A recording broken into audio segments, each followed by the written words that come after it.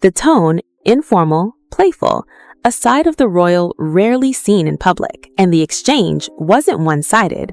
Griffiths reportedly responded in a similar tone, calling him Mr. Mischief and joking about a weekend of naughtiness.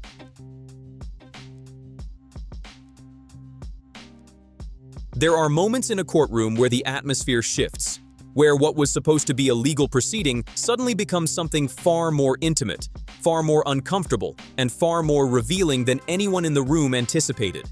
This was one of those moments. Prince Harry, the Duke of Sussex, a man who has spent years fighting for his privacy, found himself sitting under oath while decade-old private messages, casual, playful, deeply personal messages, were read aloud for the world to hear. Messages he never expected to see the inside of a courtroom. Messages that now sit at the center of one of the most explosive royal legal battles in modern British history. And what those messages revealed wasn't scandal in the traditional sense. It was something more complicated than that. It was a glimpse behind the curtain, a side of Harry that the palace machinery, the PR teams, and the carefully managed public image had never allowed the world to see. And now, whether he liked it or not, the curtain was being pulled back by the very institution he was fighting against. To understand how we got here, you have to understand who Harry is up against. Associated Newspapers is not a small operation.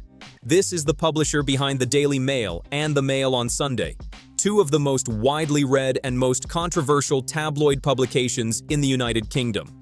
These are papers with a long history of aggressive reporting on the royal family. Papers that have broken stories, buried stories, and according to Harry, crossed lines that no journalist should ever cross. Harry's lawsuit against Associated Newspapers is sprawling in its scope.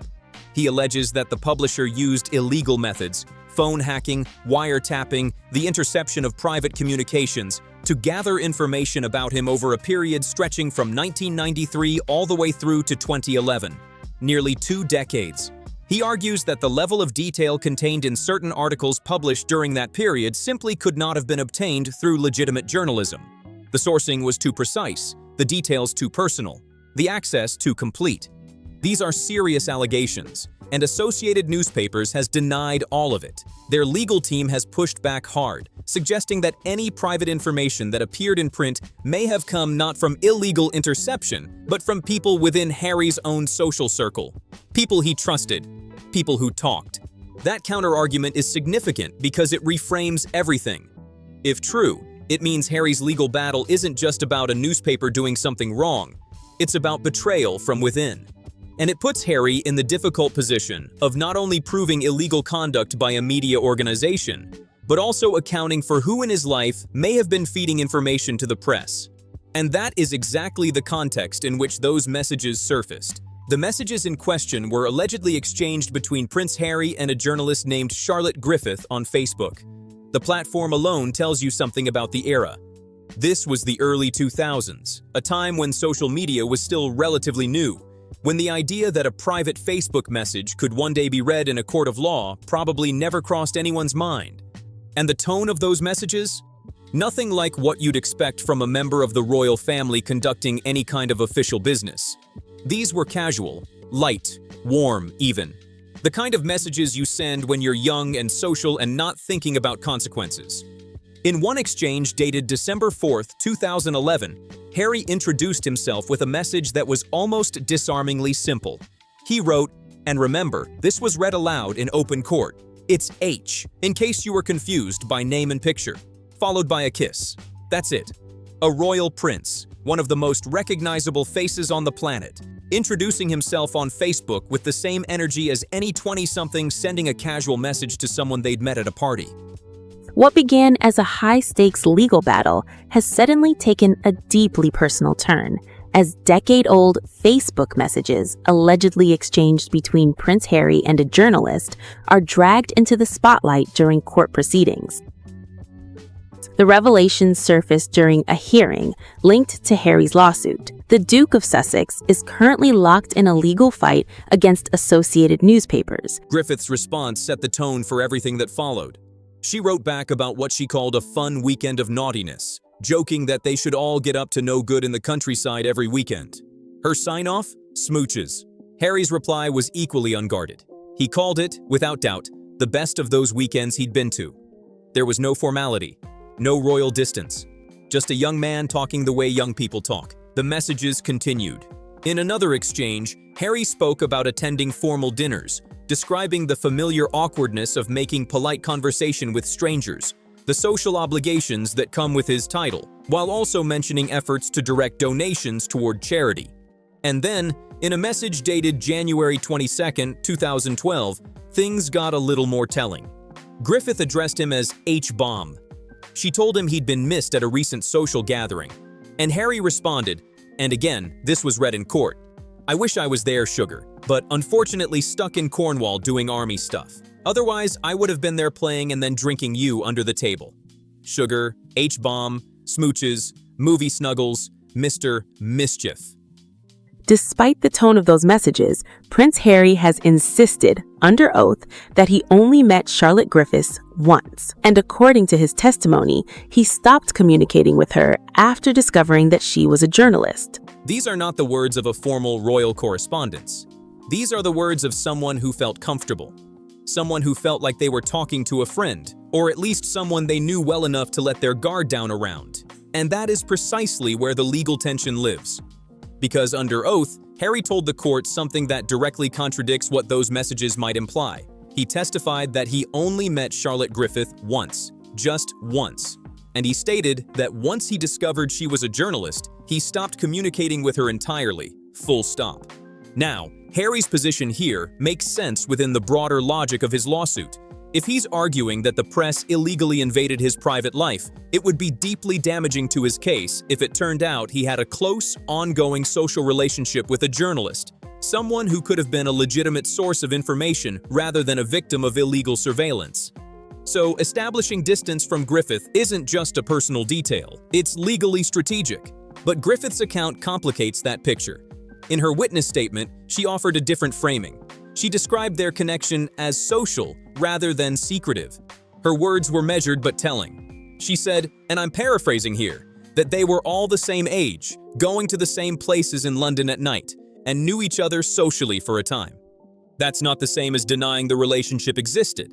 That's acknowledging it, contextualizing it perhaps, but not dismissing it.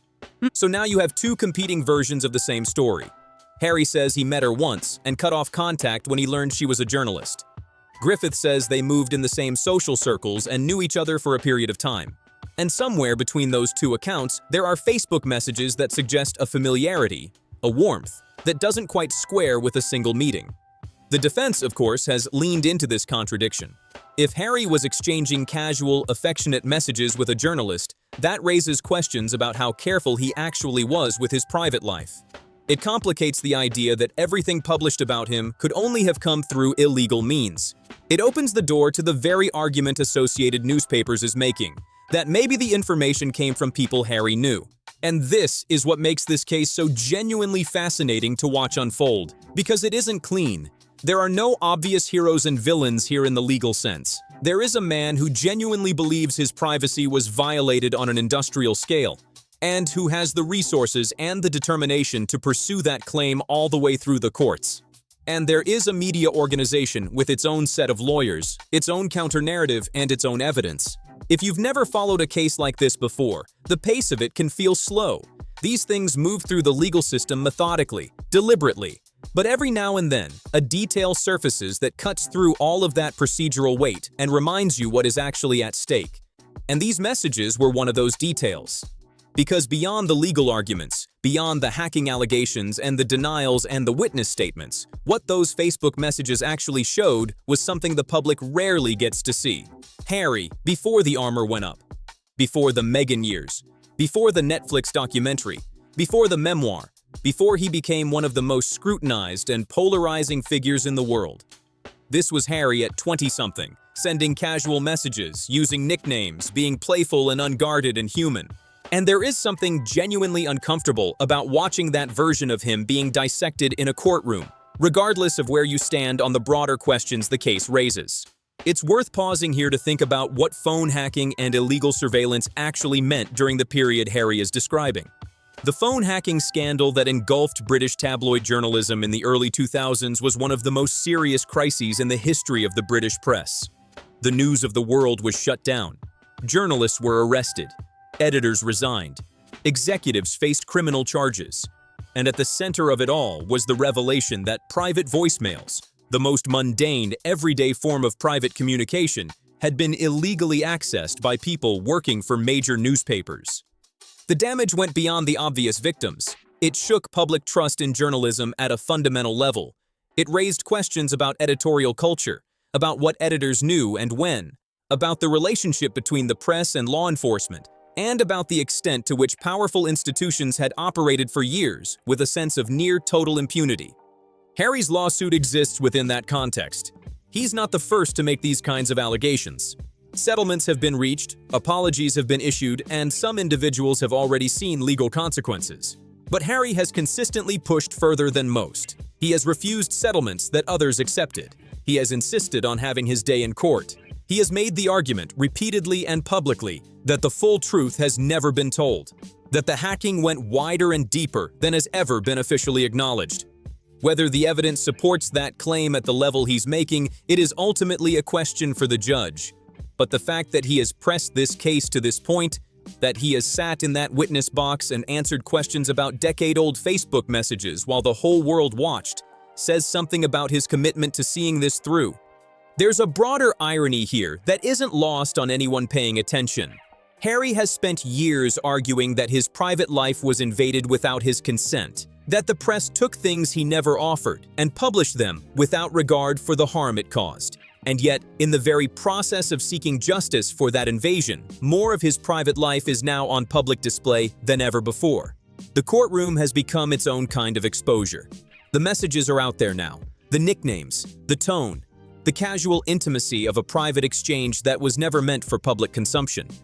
There is no easy resolution to that particular paradox. It is simply the cost of fighting this kind of fight in this kind of arena. What happens next will be determined by the evidence, the arguments, and ultimately the judgment. Associated Newspapers remains firm in its denial. Harry remains firm in his allegations.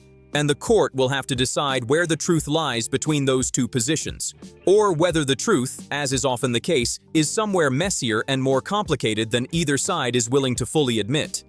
What is certain is that this case has already changed things. It has forced conversations about press accountability, about the limits of public interest journalism, about what a public figure is actually entitled to keep private, and about the long shadow that the phone hacking era still casts over British media.